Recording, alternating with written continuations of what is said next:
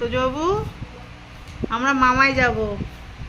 তা মামায় যাওয়ার আনন্দ মামায় যাওয়ার আনন্দ চোখটা আবার দেখে। তোদের মামাই যাবি? যাবি চল চল। মার মেয়ে এরকম শুয়ে রয়েছে, ঠিক আছে? আর তোজোর তো এক সপ্তাহ আগের দিয়ে অ্যাপয়েন্টমেন্ট ফিক্স, মামা বাড়ি যাবে সানডে ফান্ডেতে।